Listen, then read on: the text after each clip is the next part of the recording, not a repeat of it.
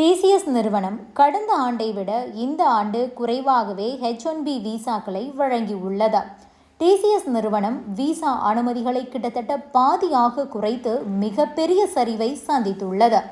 ஒட்டுமொத்தமாக இந்திய ஐடி நிறுவனங்கள் தற்போது புதிய H1B விசா அனுமதிகளில் 5% குறைவாகவே பெற்றுள்ளன. அமெரிக்கா H1B விசா கட்டணத்தை $1,00,000 அறிவித்ததை அடுத்து இந்திய தகவல் தொழில்நுட்ப நிறுவனங்கள் மத்திய அரசுடன் பேச்சுவார்த்தையை நடத்தியுள்ளன. இனி ஆன்சைட் பணிகளை குறைக்கப் போவதாக அந்த நிறுவனங்கள் அறிவித்துள்ளன. இனி அமெரிக்க H1B விசா மீதான தங்களின் சார்பு நிலையை கணிசமாக குறைத்து அமெரிக்க வாடிக்கையாளர்களுக்கான பணிகளை மீண்டும் இந்தியாவுக்கு கொண்டு வரப்போவதாக நிறுவனங்கள் தெரிவித்துள்ளன. அதாவது ஆன்சைட் பணிகளை இனி செய்ய போவது இல்லை அல்லது குறைக்கப் போகிறோம் என அறிவித்திருக்கிறார்கள். கடந்த சில தினங்களுக்கு முன்பு அமெரிக்க அரசு இந்த திடீர் கட்டண உயர்வை அறிவித்தது. H1B விசாவை பெறும் மிகப்பெரிய நாடாக இந்தியா உள்ளது. ஏனெனில் கிட்டத்தட்ட 71% விசாக்கள் இந்தியர்களுக்கு வழங்கப்படுகின்றன. இது நிறுவனங்களுக்கு பெரும் சுமையாக மாறி உள்ளது. ஒரு நபருக்கு 88 லட்சம் ரூபாய் வரை கொடுத்து அமெரிக்கா கொண்டு செல்ல முடியாது. அது பல ஊழியர்களின் ஆண்டு சம்பளத்தை விட அதிகம். இத்தனை காலம் இது வெறும் 1 லட்சம் ரூபாயாக இருந்தது. இதனால் இந்த நிறுவனங்கள் அமெரிக்காவிலிருந்து பணிகளை இந்தியாவுக்கு மாற்றும் திட்டத்தில் உள்ளன. இதன் மூலம் அமெரிக்க H1B விசா கட்டண உயர்வால் ஏற்படும் செலவுகளை தவிர்க்க முடியும் என்றும் இந்தியாவிலேயே அதிக வேலைவாய்ப்புகளை உருவாக்க முடியும் என எதிர்பார்க்கப்படுகிறது. 2025ஆம் ஆண்டுக்கான புதிய H1B விசா அனுமதிகளில் அமெரிக்காவின் முன்னணி தொழில்நுட்ப நிறுவனங்களான அமேசான், கூகுள், மைக்ரோசாஃப்ட் மற்றும் மெட்டா ஆகியவை அதிக எண்ணிக்கையை பெற்றுள்ளன. இந்த ஆண்டு அமேசான் நிறுவனம் 4000க்கும் அதிகமான புதிய H1B விசா அனுமதிகளை பெற்று முதலிடத்தில் உள்ளது.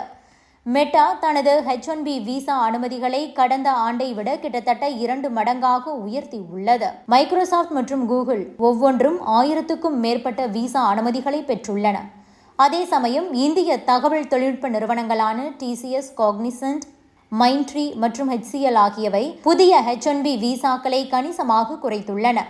TCS நிறுவனம் கடந்த ஆண்டை விட கிட்டத்தட்ட பாதியாக விசா அனுமதிகளை குறைத்து மிகப்பெரிய சரிவை சந்தித்துள்ளது. ஒட்டுமொத்தமாக இன்ஃபோசிஸ் மற்றும் இந்திய ஐடி நிறுவனங்கள் தற்போது புதிய H1B விசா அனுமதிகளில் 5%க்கும் குறைவாகவே பெற்றுள்ளன. இந்திய நிறுவனங்கள் அமெரிக்காவில் உள்ளூர் அளவில் அதிக பணியாளர்களை நியமிப்பது, AI தொழில்நுட்பத்தை பயன்படுத்துவது மற்றும் களப்பணியாளர்களை சார்ந்திருப்பது ஆகியவற்றை குறைப்பது போன்ற காரணங்களால் இந்த சரிவு ஏற்பட்டுள்ளதாக நிபுணர்கள் தெரிவிக்கின்றனர்.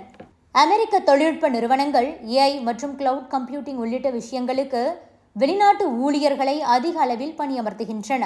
H1B விசாவுக்கான செலவு மற்றும் லீகல் விஷயங்களுக்கான செலவு அதிகரித்திருப்பதால் சில நிறுவனங்கள் குறைவான விண்ணப்பங்களையே சமர்ப்பித்திருக்கிறது. 2025ஆம் நிதியாண்டில் இந்திய நிறுவனங்களின் H1B விசா விண்ணப்பங்கள் கடந்த ஆண்டோடு ஒப்பிடும்போது 37% குறைந்திருக்கிறது. 1990இல் உருவாக்கப்பட்ட இந்த விசா மூலம் அமெரிக்காவில் சட்டப்பூர்வமாக 3 ஆண்டுகள் தங்கி பணியாற்ற முடியும். H1B விசாக்களுக்கான தேவை அதிகமாக இருக்கிறது என்பதால் விசா லாட்டரி மூலமாக விசாக்கள் வழங்கப்படுகிறது. இன்னொரு புறம் பெரும்பாலான H1B விசா வைத்திருப்பவர்கள் அமெரிக்காவிற்கு சென்றவுடனே கிரீன் கார்டு வரிசையில் நுழைந்து நீண்ட காலம் தங்குவதற்கான வாய்ப்பை பயன்படுத்திக் கொள்கிறார்கள். H1B விசா திட்டத்தால் இந்தியர்கள்தான் அதிகம் பலன் பெறுகிறார்கள். அந்த வகையில் அதை பெறுவதில் அமேசான் மற்றும் அதன் கிளவுட் கம்ப்யூட்டிங் பிரிவான AWS, Tata consultancy, Microsoft, apple மற்றும் கூகுள் போன்ற நிறுவனங்கள் இருக்கின்றன. இந்த நிலையில் H1B விசாவின் புதிய விதிகளால் இந்த விசாவை பெற அமெரிக்க தொழில்நுட்ப நிறுவனங்களான அமேசான், மெட்டா, மைக்ரோசாஃப்ட் மற்றும் கூகுள் ஆகியவை தான் ஆதிக்கம் செலுத்த தொடங்கி இருக்கிறது. 2025ஆம் நிதியாண்டில் புதிய வேலை வாய்ப்புகளுக்காக இந்திய நிறுவனங்கள் இந்த H1B விசாக்களை பெறுவதில் பாதி அளவு குறைந்திருக்கிறது. இதை ப்ளூம்பர்க் சமீபத்தில் வெளியிட்ட டேட்டா காட்டுகிறது. கடந்த ஆண்டை விட இந்த ஆண்டு இந்த H1B விசா விண்ணப்பங்கள் 37% வீழ்ச்சியை சந்தித்திருக்கிறது. இது தொடர்பாக கூகுள் தலைமை செயல் அதிகாரி சுந்தர் பிச்சை இந்த விவகாரத்தில் முதன்முறையாக பேசியிருக்கிறார். BBCக்கு அவர் கொடுத்திருந்த பேட்டியில் அவர் என்ன சொல்லியிருக்கிறார் என்றால், தொழில்நுட்ப வளர்ச்சியின் வரலாற்றை நீங்கள் பார்க்கும்போது இந்த துறையில் புலம்பெயர்ந்தோரின் பங்களிப்பு தான் மிகவும் முக்கியமானதாகவும் தனித்துவமானதாகவும் இருந்திருக்கிறது.